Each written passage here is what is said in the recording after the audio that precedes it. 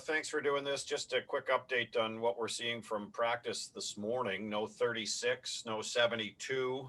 Can you just update their status? Just maintenance days for those guys. A lot of games and a lot of days.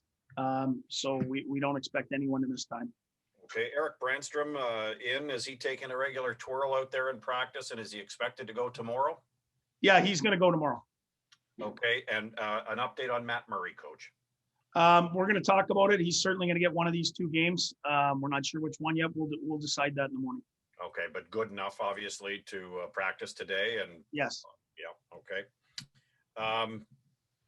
Are you anticipating any changes up front tomorrow once you do get Colin White back in? I see Matthew Pekka, practicing.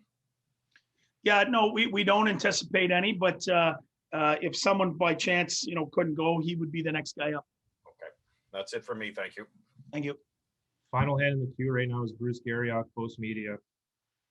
Hey, DJ, I got a couple links for you. Just on, are you hoping you can build off last night in the way that you were able to come back? For sure. It's a young team that, if you ask them, it was their funnest game of the year. If you ask both coaches, you'd say that's not the way you draw it up. But you know what? It's great to see them having fun and scoring goals. And, it's something we haven't done a lot of. We've been in a lot of games, probably games we've played better than that one. But, it was exciting to see these guys make plays and to find ways and to cheer each other on the bench. It bodes well for the future, but we want to keep doing it now.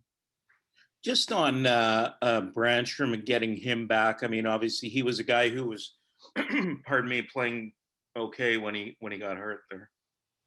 Yeah, you know what? He'll go back. He'll get pucks. He can break pucks out. He's good on the blue line. He's good on the power play. I mean, he's a high-end prospect and a guy that we think can be a really good player. It's unfortunate he got dinged up there, but that's part of the NHL, and we'll get him back in there and give him another go here against the league's best team and best offensive players. So I mean, if you can hold your own out there against these guys, you're ready to take on the NHL.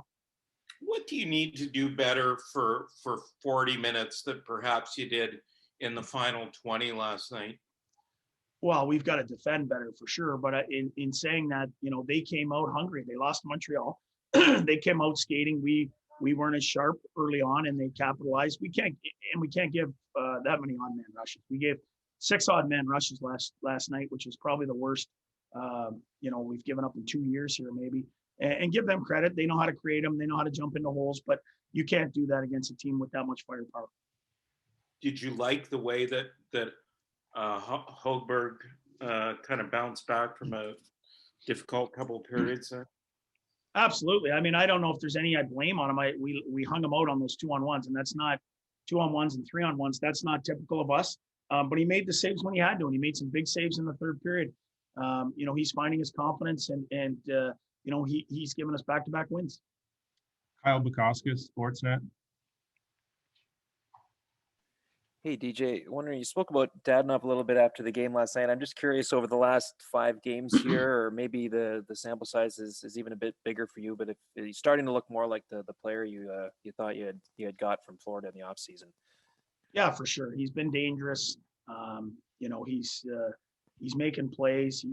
He's comfortable with his teammates. And like I said, no excuses, but with no exhibition games and not knowing your line mates after playing with 2 other line mates for the last, 3 seasons, things are, a little bit hectic probably for him. And then, you're on a team that's, in a bit of a rebuild here that you don't have the puck as much. So there's a lot of things he had to adapt to, but, he's comfortable with his teammates and he's coming on now. Did you notice a little extra jump in Batherson's step there after getting that one last night? For sure. He's a guy that's working on his details away from the puck and has gotten significantly better at that. In saying that, he's an offensive player, and offensive players want to score. They want to be a part of the offense.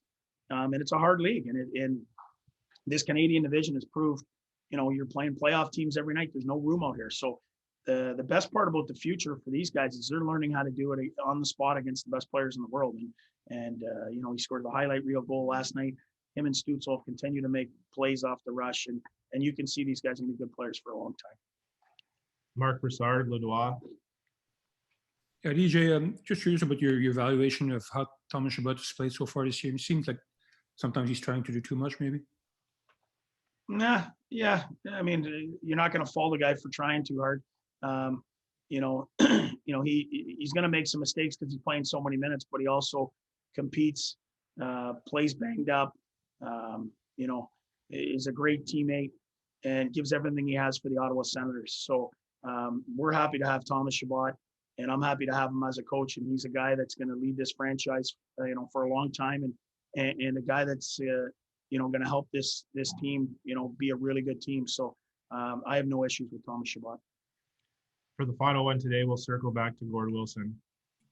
Thank you, Coach. Just on special teams, power play has struggled here a little bit, and I'm guessing that you perhaps thought that was the ball game when you went 0-4 in the 4-minute man advantage. What has to get done, to have even a modicum of success here with the PP? Well, we got to be sharper for sure. In saying that, the goal Brown scored, I think their guy's not yet into the play out of the box, and then the 6-on-5 goal is essentially a power play goal. So,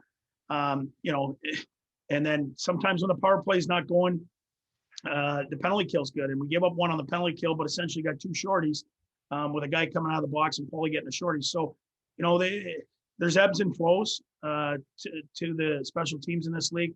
Our power play certainly hasn't been good, but we haven't had a lot of reps. The last couple of games is one power play, and yesterday was probably the worst we've looked. I expect we'll be sharper tomorrow.